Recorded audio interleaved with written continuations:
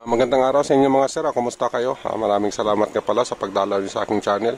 Ito mga sir, share ko lang sa inyo kung ano ang problema ng unit na ito. Ito po, bago natin ito buksan, plug in muna natin para malaman natin kung ano yung gagawin natin dito. Yan mga sir, naka-plug na yan. At saka yung cable nga pala natin andun na rin sa likuran. Dito, power on natin dito sa remote, universal. Ayan mga sir, nag-ano na siya, na umandar na. Ayan mga sir, yan, walang channel. Ayun mga sir, walang tao. Ayan, may tao dito pero yung iba wala. At saka yung kanyang sound ugong lang. Ayun, nawala na rin yung kanyang tao. At saka yung kanyang display ng volume nag-iiba ang kulay. Ayan, hindi na siya kulay green. Faded na ito. Ito mga sir, try natin maglipat pa ulit ng channel. Ayun mga sir, ayan, may problema ito sa channel. Ayan. Ayun mga sir, ang problema ng unit na ito, bali alamin natin kung anong problema sa ganitong trouble. Ito mga sir, ito unplug ko lang, buksan ko lang, update ko na lang kayo. Ito mga sir, nabuksan na natin ang unit. Ito yung kanyang pinaka driving board. Ayan ayan ang board nito. Ito nga pala mga sir, ang gawin natin dito, magsukat muna tayo dito sa kanyang tuner, dito sa kanyang EGC, dito sa may nakalagay na 5 volt dito, at saka yung kanyang pinaka-supply ito, yung kanyang 33 volt. Yung ating pala, negative line natin, na. Dito lang mga sir, dito ko lang nilagay, ayan yung ating negative line. Ito plug-in ko lang, doon yung ating monitor. Doon sa salamin, doon natin malalaman kung umaandar na itong unit na ito. Ito, plug-in ko lang. Ay mga sir, naka-plug na yan. Power on ko lang dito sa remote natin. Ayan, ayan na, umaandar na. Dito, reading lang tayo dito sa kanyang tuner. Ayan mga sir, kung nakikita nyo sa monitor, ayan umaandar na itong unit na ito. Ayan. Dito, try tayo magsukat dito sa kanyang tuner, dito sa EGC. Ayun mga sir, yung kanyang EGC mayroon naman 4.5. Dito tayo sa kanyang 5 volt. Ayan, present din yung kanyang 5 volt. At saka dito 33 volt. Ayan, mayroon namang 29 pero okay na yan, mataas naman. Ayun mga sir, ito ang problema nito tao, pero dito naman sa kanyang tuner, okay naman yung mga supply dito. Bali ang gawin natin dito, mag-try tayo sa tuner, mag-actual tayo ng tuner, baka may kinalaman ito sa tuner. Ito mga sir, palitan ko lang muna ng tuner, update ko na lang kayo. Ito mga sir, natanggal na natin yung tuner dito. Ito yung kanyang original. Bali yung ipapalit natin, ito na lang mga sir, kasi wala tayong kaparehas nito. Bali ito na lang. Ito nga pala, galing ito sa mga universal board or sa mga China na TV. Ito po, try lang natin ito, pwede naman ito.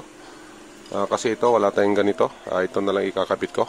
Ito, napalitan na natin yung kanyang tuner. Ito naman yung kanyang dati. Ito, pakita ko lang sa inyo yung kinabit natin. Ayan, nakahinang na yan. At saka ito naman yung pinalit natin. Ayan ayan, magkakaiba itsura nito.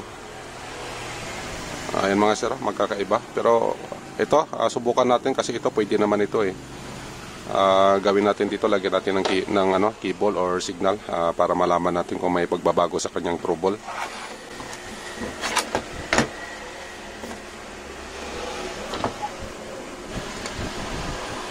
Ayan, sana na ito, sana mag-okay naman dito sa ginawa natin. Sana ito lang yung problema nito. Ito mga sir, plug-in ko lang ito. Ayan na, naka-plug na yan. Dito sa ating universal na remote, power on natin ito. At saka yung ating monitor nga pala, nandun, yung ating salamin. Titignan natin kung ano ang resulta, kung may tao na ba ito. Ito, power on ko lang. Ayun mga sir, may tao naman. Ito, lipat tayo ng channel. Ayan, channel 4, channel 5, channel 6. Ayan, may pagbabago naman sa ginawa natin. Ayan, umuki na yung kanyang tao.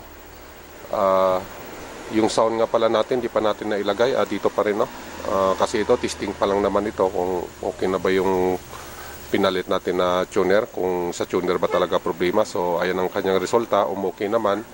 So ang ibig sabihin, ito mga sir, may problema yung tuner niya, itong tuner niya mismo, kasi gumana naman nung napalitan natin. Ito mga sir, ang gawin ko lang, i-ano ko ito, lagay natin dun sa kanyang dito sa loob, at saka ilagyan natin ng speaker para ma-final test na natin ito kung okay na ba ito lahat. Ito, unplug ko lang. Ayan. Ito, final test tayo. Yung cable nga pala natin andun na sa likuran, nakalagay na yon.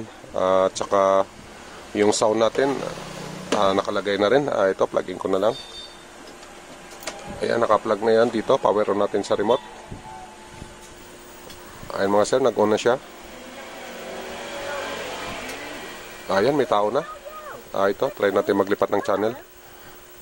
Ayan, channel 34. Ayan. Ayan, ganyan lang tayo mga sir, half lap. Para hindi tayo makapiright. Ayan, yung sound niya, ayan, okay naman.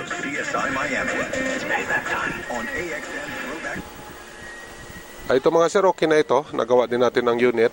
Bali yun lang ang naging problema nito. Nagpalit tayo ng tuner. So ngayon, ito na yung resulta niya. Okay naman. Kompleto naman yung kanyang channel.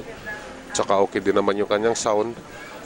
Sana ito mga sir, makatulong sa inyo. Itong pag-share ko sa inyo ng ganitong trouble. Tsaka kung ano yung mga napalitan natin. Hanggang dito na lang tayo mga sir. Salamat nga pala sa oras nyo. Mag-iingat na lang kayo lagi. God bless sa inyong lahat. Hanggang dito na lang. Kung nakabinipit kayo, pahingin na lang ng like at saka subscribe. Bye bye sa inyo mga sir.